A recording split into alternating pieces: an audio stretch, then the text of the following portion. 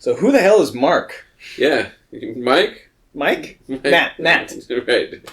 Mark. Peter? I don't know. Well, if you look closely, he's actually in every bar scene up till this episode. Okay. That's a lie. Oh, well, yeah, and also it'd be weird if he was in any of the episodes after this. Well, yeah. Any of the bar scenes. Unless it was like one of Marshall's like ghost episodes. Right. Yeah, then that would be okay. Yeah. The Haunted Bar episode. That's the Halloween episode they never did. Yeah, and he seems like he'd be pretty benevolent as far as ghosts go. Right, he would just be pouring drinks. Making sure that, nobody gets in trouble, everybody gets home safe. Ghost drinks. Yeah. Ectoplasm? Yeah. Ecto cooler? I see.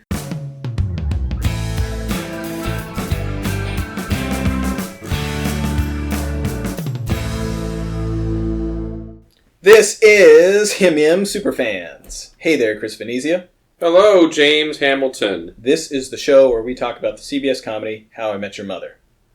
It is? Yeah. Just a spoiler alert, we're going to ruin the show for you. We're going to spoil plot points for the entire series. And we have a few, I think. Tonight we're talking about Monday Night Football, a.k.a. the Super Bowl episode. Yeah. They only did one. Yeah. Well, there's the one where Barney goes to the Super Bowl, but yeah, the episode was not about that. It was about his phone. Yeah, that was a magic phone. That was more about CBS having the Super Bowl that year, I think. So they put... Do you remember they put like a fake commercial during the Super Bowl where it was Neil as Barney at the Super Bowl and he held up a sign? Yeah. And I had a phone number. Had a real phone number, yeah. and I called it. Yeah. Actually, I might still have that saved in my my contact, in my address book, as Barney Stinson. Oh, cool. So this one originally aired February 5th, 2007, written by Carter Bays and Craig Thomas. I guess these guys... They really wanted to do their football episode. I didn't know that they were the type to watch football, and I don't even know what I mean by that, but I mean something clearly. Well, but this was apparently an important episode for them. Like they couldn't let anybody else do it. Right. I kind of get where you're going because there's only one Super Bowl episode, and they kind of mention baseball a lot, but they got everything they had to say about football. They got out in one episode. Yeah, and Marshall's got the Vikings is about it, but nobody else really cares about football. And I mean, I don't know. Maybe if the Browns were any good, they would have given more stuff to Ted about that. But they've historically been terrible. Yeah, take that, Cleveland. So this week it wasn't directed by Pam Fryman, and as always, I take exception to that. Yeah, directed by Rob Greenberg, because Pam Fryman was out recovering from a tragic flying squirrel accident. And we'll cover flying squirrel accidents later on in the episode. I actually, as much as I joke about Rob Greenberg and anybody else doing Pam's job, this episode is very well directed. Yeah. There's some things that are in there that I think are great that we probably wouldn't have gotten with Pam, who, despite her love of flying squirrel costumes and her accidents therein, does a great job of directing. Yeah, when she's not distracted. Yes. A lot of guest stars in this episode. Yep. Wendy the waitress, played by Charlene Amoya, my favorite waitress. That's right, yep. Joe Neves as Carl. Monique Edwards as the producer, Robin's producer. Right, yes. Like, Robin, what are you doing? Yeah. Emmett Smith, the famous footballer. Yeah, don't touch him if you see him in public. Yes, not cool. Don't just do that. Also, the kid who plays Doug appears in this episode and in season 3. His name is Nicholas Rajek King. I like that they brought him back. Yeah, I like the character of Doug as a character. Like, I mean, he's actually terrible, right? But like as a character, he's funny. Yeah. In this episode also is John Ducey, who plays Kevin, Robin's co-anchor, who I think this is his first episode. Yeah, it's the first one that I remember. He comes back in another episode to return Robin's gun after they break up, I believe. No, I think that was someone else. That was Kurt Iron Man Irons. Okay. All right. Well, we'll see. We'll see when we get there. We'll see. Also, Robert Michael Morris as Lou. Yes, Vampire Lou. Everybody loves Lou. Well, everybody today it's just Lou. Right. It's not Vampire Lou. It's Vampire Weatherman Lou. Yes, donut eating Lou. So, what's been going on before this episode? Well, Ted and Robin are dating, and they just a couple episodes had the big "I love you" moment, a milestone in their relationship. Right. So, as the audience, we know where everyone's at. There's certainly not a whole lot of development for this episode. Lily and Marshall are back together, and it seems like that's going really well. They've really hit their groove on, getting back to the way things were. This one, when Lily jumps up on top of Marshall to cover his ears so that he doesn't hear who won in the Super Bowl. It for something about the scene just made me feel like it's like they never broke up. We've finally gotten back to a place where they're comfortable, and it's like it never happened. Right, yeah, it's nice. They go back to the kindergarten classroom, which the last time those two were together in the kindergarten classroom was the kids were learning about the word fiancé. Mm-hmm. Right. So, that's good. Yeah, Ted and Robin also sort of hit a comfortable place where we don't have to see them on the couch in their pajamas all the time right. to know that they're a couple. We get it. Right. And they can exist as human beings now. Mm-hmm. There is a sort of a touching scene very, very briefly later on that we're going to talk about when they're on the couch sharing their stories at the end of the day. Yeah. So I think that Mother Fan Dan would call this the one with the sensory deprivator 5000. Nice. I love it. I love the whole scene where Ted's making it. I don't know how Pam would have directed that. The construction of it I thought was fun. He takes a break to eat some cereal. Mm-hmm. Get some Captain Crunch. Yeah, get some Captain Crunch because he hates the roof of his mouth. Yeah. I like Captain Crunch, but if you eat it, it destroys the roof of your mouth. Well, it's just a fact. The secret is you pour the milk on it and then just walk away. Yeah, let it sog up a little bit. A couple of days, it's nice. It's nice. Yeah, it's actually edible. Mm-hmm. Take that, Captain. That's how I made my famous Captain Crunch flavored yogurt. Ew. Maybe that'd be good. So we're going to go ahead and watch the episode. You don't need to queue up unless you want to, because you always can.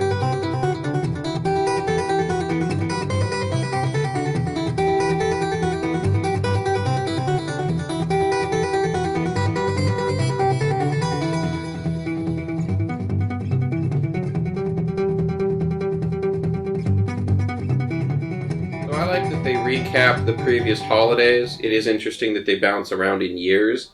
They're not all back to back. Right. The Christmas scene was from the C Word episode just a few episodes back. How Lily stole Christmas. Yeah, and actually on that note, that actually is probably one of the reasons why I think that we're sort of over the Lily and Marshall breakup. Is that now everyone's sort of got it out of their system. Right. Yeah. Everyone's had a chance to be mad at Lily. And Lily's had a chance to be mad at Ted about how things were going while she was gone. Yeah. And everyone's, moved past it now. Yeah. And I love that the scene they had for Thanksgiving was Barney, Ted, and Robin at the strip club. Yeah. It was the Hungry Hands episode. Yes. Where Barney is community service. So this episode moves quickly, so we can't dawdle. Ted's talking about getting the chicken wings. Everybody likes them. Marshall would eat his own wing if he was a chicken and be a cannibal. Mark's dead. Yeah. Yeah, Mark. Mark is dead. This bar, McLaren's, reminds James and I of a bar here that we would go to a lot when we were about the gang's age. And there's a guy that's always there that he's kind of like my Mark, and if I went to Mark's funeral, I'd be like, oh, okay, I was right. That's who owned that guy. That's who owned the bar. On stool number 3. Yes. So I like the TiVo prayer. Yeah. Sort of dates the episode. TiVo not being a thing anymore. Yeah. TiVo mostly or completely irrelevant now. Yeah. TiVo was the brand name of the very first digital video recorder, and in case you forget, Ted tells you what it does here in the scene. Yes. Thank you for being able to let us pause and take a leak. I have a very inexpensive cable package, so actually I don't have DVR. But I think I'm one of the few people in this country that doesn't have DVR, that does subscribe to some sort of television service. But yeah, it's so commonplace now in 2016 that I don't know, you wouldn't need to. I would think you would just assume that it would work correctly. Right. Although I actually hear that they still don't often. Like it's a complaint like, it didn't record the thing. Yeah. Well, I remember doing that prayer for the VCR. Okay. Yeah, because I need to program that. Yeah, I had to really work hard at programming those VCRs back in the day, and if it messed up and I missed my show, that was it. I'd take it out back and destroy it with a baseball bat. I mean, and if you missed that, there's no reason that they're going to replay that episode possibly ever again. Yeah. It's not like today television. This is like we're talking about 20 years ago, where like they could air something once. Now it's like you do air it and it'll be online the next day. Mm-hmm. You can watch it, and they're going to replay it 100 times that week before the next new episode. Right. On some sort of syndicated channel or something. Barney isn't wearing a suit because suits are for joyous occasions, so he is jeans and t-shirting it up to the funeral. Barney wasn't consulted on that either, or he would have said, "Don't bury him in a suit," right, is what he would say. So Lily says that he was so young. Now that could mean a lot of different things to a lot of different people. What do you think Mark got killed by? What do you think took Mark out? Carl tells a story later about how they didn't see any whales that day, but it was still a fun adventure. And so that got me thinking that Mark must be into adventures and extreme sports. Okay. And jumping out of airplanes while wearing a squirrel suit. A squirrel suit, not being a suit like a furry. Not a squirrel costume. Right, yeah. A squirrel costume, which I was picturing with like a giant acorn prop. Or something that would be used for like a sexual activity where like you dress up in a costume like a furry. Or you're talking about like the hang gliding suit where if you put your arms down too far you die. Right, not a Volition game, a EA game. Okay. Ted reminisces about how they got started in watching the Super Bowl, and I thought this was interesting that it only goes back to 2003. Yeah. Like, while that is still a tradition, and I think that that's fine, and the gang really gets wrapped up in their traditions and quickly, I thought that it was interesting that it's only been going on for 3 years. Right. This would be year 4. Also, I want to point out that we did some digging on this. I was at first curious why Victoria wasn't at the 2006 Super Bowl event, but James, you came up with something. Well, yeah, they in season 1 they have an episode where Ted and Victoria are putting off having sex for a month, and Victoria says, "Oh wait, I'm supposed to be at my mother's next week." And so they decide to have sex right away. Yeah. And so that's my theory, is Victoria is at her mother's that week. Right. And I like that. It makes sense why she is not there.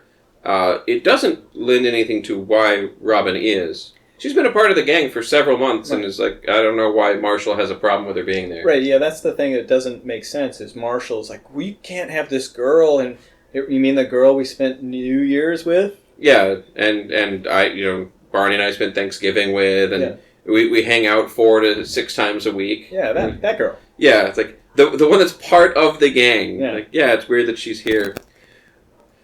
So, this episode taught me Sartorial. Mm-hmm. Sartorial as of or pertaining to suits or suit making. Mm-hmm. And I also learned from this episode solemn low 5. Yeah, for funerals and wakes. Yes. I think that if I'd been Barney in that moment and Carl had come over, I'd been like, "Oh, I just shared a Mark story," and it was a good. We were high-fiving over Mark. Yeah. It's not like when I have a funeral, I want it to be a party. I don't want people to like mourn my loss. I want them to remember my life and have a good time, and that's what I was thinking of. Like, don't share a sad Mark story. Not that they have any Mark stories. But, share one that, should get a high 5. The highest of 5s. Yes. For Mark. Yes. Mike. A memorial Matt. 5.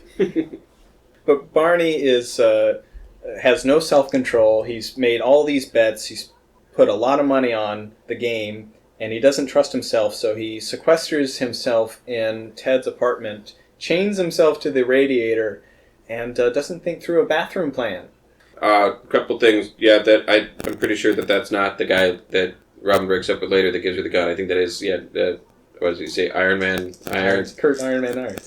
So I was wrong about that, I'm pretty sure. But yeah, that Barney chaining himself to the radiator without a bathroom plan, I think Ted should leave the plant there. Because what is the other option? Like, Barney pees his pants, and now there's pee on the floor. Yeah. Who's going to clean that up? Barney's not going to clean that up. No. He's going to leave. Barney doesn't. He's going to go home in his pee pants. Yeah. Actually, there's a lot of pee pants stuff going on in this episode, because we get the juice box later. But leave him to plant. At least he has a target at that point. Well, I'm kind of fond of my plants, so I would probably take that away and bring him a bucket. Yeah, bucket. There you go. Yeah, I like that. Actually, I wouldn't want anybody to pee on my cactus, my palm tree either. Speaking of pee pants, Marshall is going to go to kindergarten to hang out there for the day and get extorted by Doug. It kind of bothered me, like, why is Marshall here? But if you went to law school, you'd be surrounded by people who probably watch the Super Bowl. Kids, probably not so much. Right. Doug did, because he has nothing else to do at home with his parents breaking up and his terrible home life. Yeah. That turns him into a bully. Yeah. He watched the Super Bowl. Dad set him down. Here, watch this while your mom and I go fight in the other room. Although, it could be that the kid's just messing with him and he doesn't know. Ooh. We never find out. Yeah, actually, that didn't occur to me. I like that. The name of the winning team are the Periwinkle Pirates. That's not one of them. That's not a team! I want my $5 back. Yeah. Or $8. Yes. I actually, as many times as I've watched this, I only noticed recently that it goes up from 10 to 8. Yes. Marshall, I also like that you mentioned, Marshall, hanging out there all day. He doesn't have a job. He's a student. Right. So, he can theoretically just not go to that, or maybe it's his off day anyway. He may not have class every day. Yeah. So it's not like he's skipping work, whereas Ted is working remotely that day. Yeah. He's working, but working from home. So here we've got the Sensory Deprivator 5000 construction scene. Which apparently he just decided to close all the drapes and turn off all the lights except for the lamp above his desk. To do it in the middle of the day. For effect, yeah. If you notice, they do this trope in TV where you see the POV of the character, usually a male character, and it floats over the scene and focuses on a woman's bosom for a second. They do this trick twice in this episode, and I like that the second time, Ted gets caught. Right, yeah, she sees it. She could notice the first time.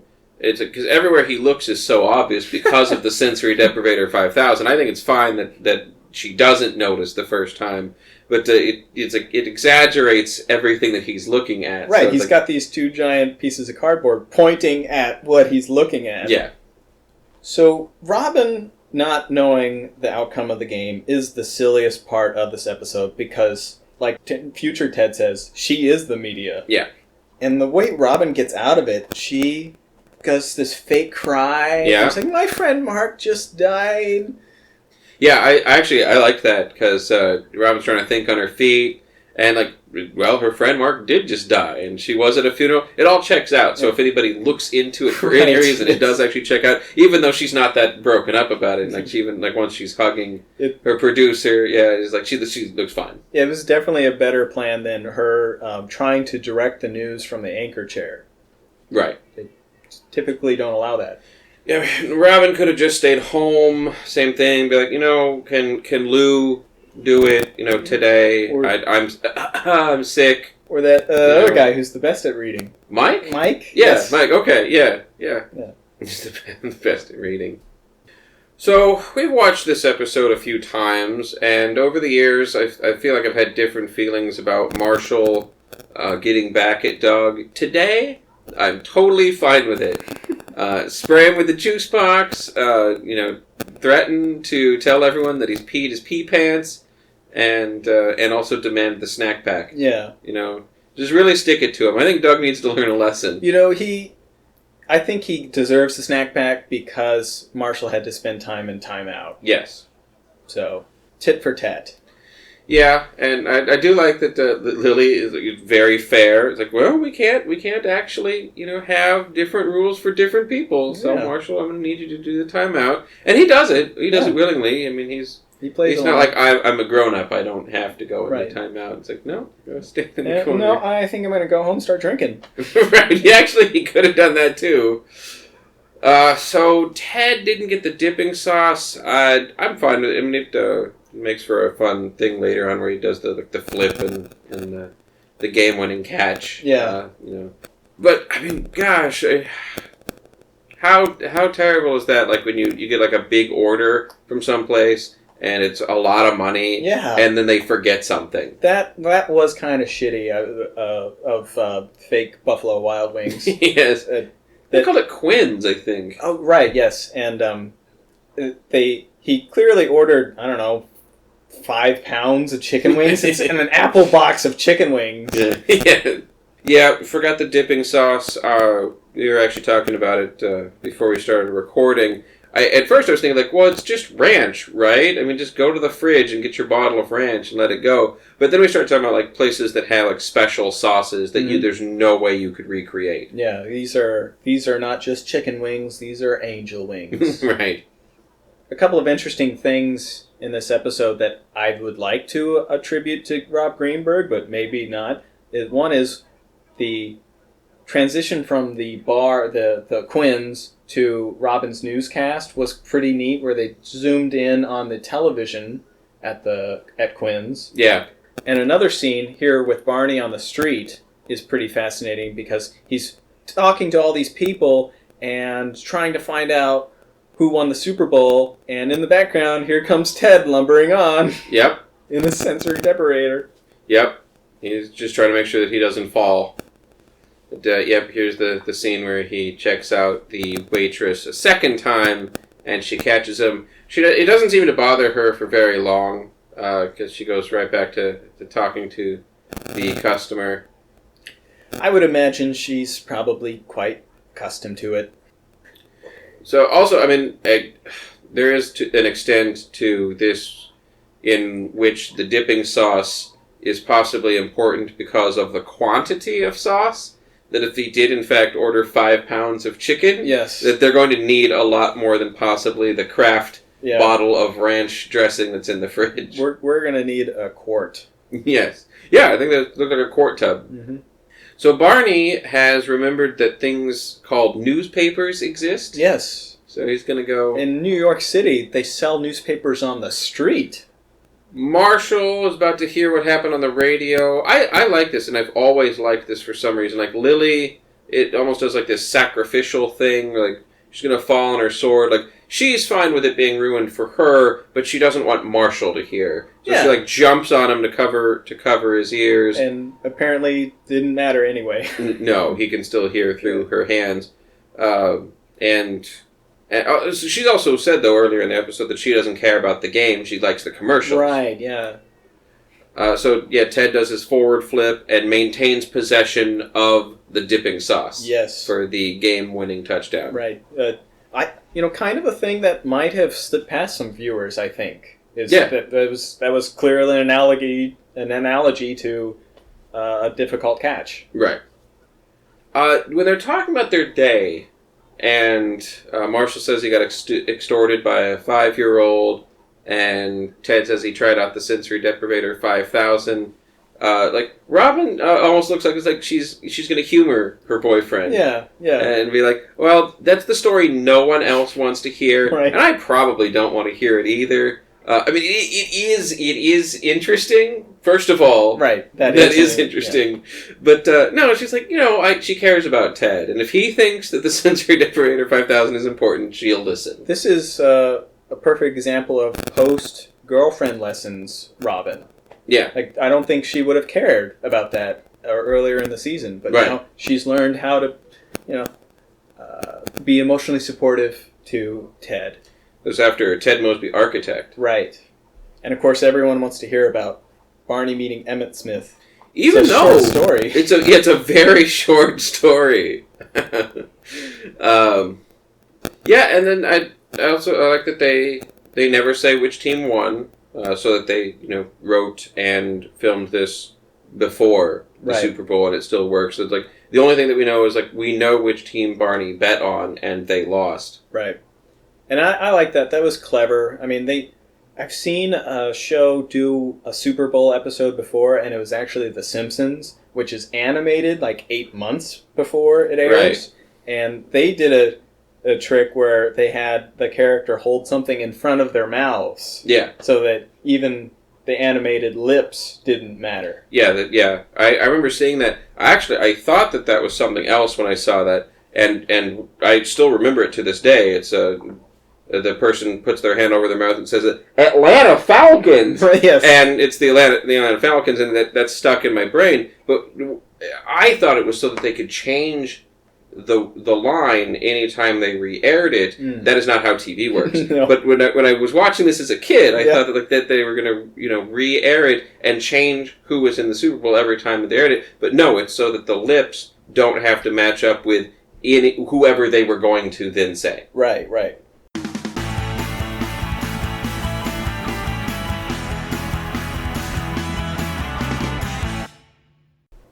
I wanted to mention that the Janet Jackson reference is now the reason that there's a delay in live television. Yes. That event that they gloss over in this and say, like, nothing important happens in the Super Bowl halftime. Right. And then they all walk away. Yes, they missed that bit of cultural... That moment in American history was the nipple that destroyed the world. Yep, because you know what they say about nipples. Don't answer that. All right, so Atlanta Falcons. Exactly. So what else you got? Well, I didn't get to mention this, but Lily is kind of cruel to Sally, the girl in her class who brings the goldfish to show and tell. I agree, and also it's a one-eyed goldfish, which I would say that is interesting. Well, yeah, but not 3 times, Sally. Yeah, and it was one of those moments, it's like, Lily, I'm sure that like 99% of the time is a great kindergarten teacher. That was not one of those times. No, maybe she missed her nap time, the kids' nap time. Yes, that they took away our nap time. Also, I want to mention in that section of the episode where they showed you the previous Super Bowls, in the first Super Bowl, Ted was really into drinking that day. Yes, we glossed over that. And second down, everyone drink. I don't know what was going on, in his life that day. He was like, I love that the mismatch there, because normally Marshall and Ted are like at the same level with whatever they're doing and however much they're drinking. But that day, like, Ted was way too far in, and Marshall was not. He's like, calm down, buddy. Yes. He's like, you had too much. And Ted kind of sort of realizes that. He's like, oh, you're right. I should probably slow down, and then doesn't. It was perfect. I liked it because it's such a short scene, but it was a great character piece. Like, you believe that these two guys were friends for years, and this is not the first time Ted's gone a little higher than the rest of the gang, and Marshall's had to bring him down. Yep. And there's no resentment, there's no anger. No. It's like, oh, okay, sure. All right. Oh, yeah. All right. Yeah, he is spitting. Yes. He spit on Lily. He spit on Lily. She lets it go. Yeah. She's like, oh, Ted's had a whatever 2003 this has been. Yeah. So far. And that's funny because every Super Bowl, it's early in the year. Right. So it's already been rough.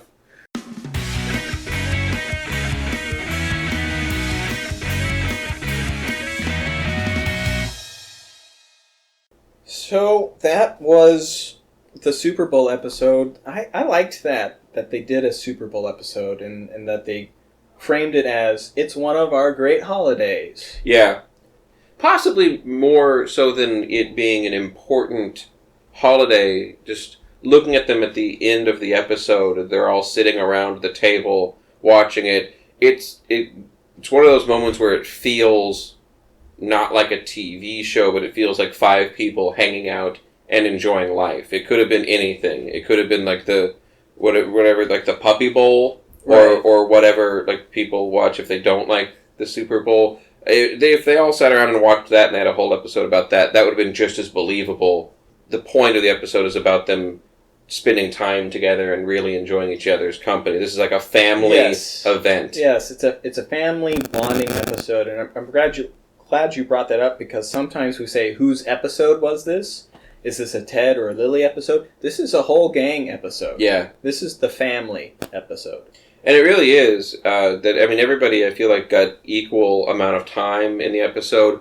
Almost literally by like marking like the different sections, like when they wake up that day and they do like the split screen and everybody's got a quarter of the TV screen, and they could see like, what is this person up to this day? What is this person up to this day? So next week we're gonna do Lucky Penny. That one I remember because pennies are interesting, yep. But also that's one where Ted's considering moving to Chicago, which is, the show is fond of having themes come back around again. In season 9, he's thinking about moving to Chicago before he ends up meeting the mother. They're kind of sister cities, and they're both very cold in the winter. They're both pretty much big metropolises. Yeah. Ted calls it like a Cleveland-y New York. Cleveland-y New York. Yeah. I'd believe that. Yeah. Why don't you go to our Facebook group and check that out. It's facebook.com/groups/HIMYM Superfans. Or if you prefer Twitter, you can follow me on @HIMYM_James. We also got some stuff on YouTube. Where else are we? Instagram, HIMYM Superfans, if you want to see pictures of the cutest dog in the world. Okay. And I do. So it would mean a lot if you would like, comment, subscribe, share, upvote, retweet, or give us a hot wing at quinsbarandgrill.com. Yeah, we get paid in likes, shares, and hot wings. And special sauce. Mm-hmm. It's much better than that job where I had to bathe in the sauce. I still don't know why. Well, I think that made it special. Well, yeah. It was special when I was done with it. Hee! Hee. Thanks, everyone. Bye-bye. Bye-bye.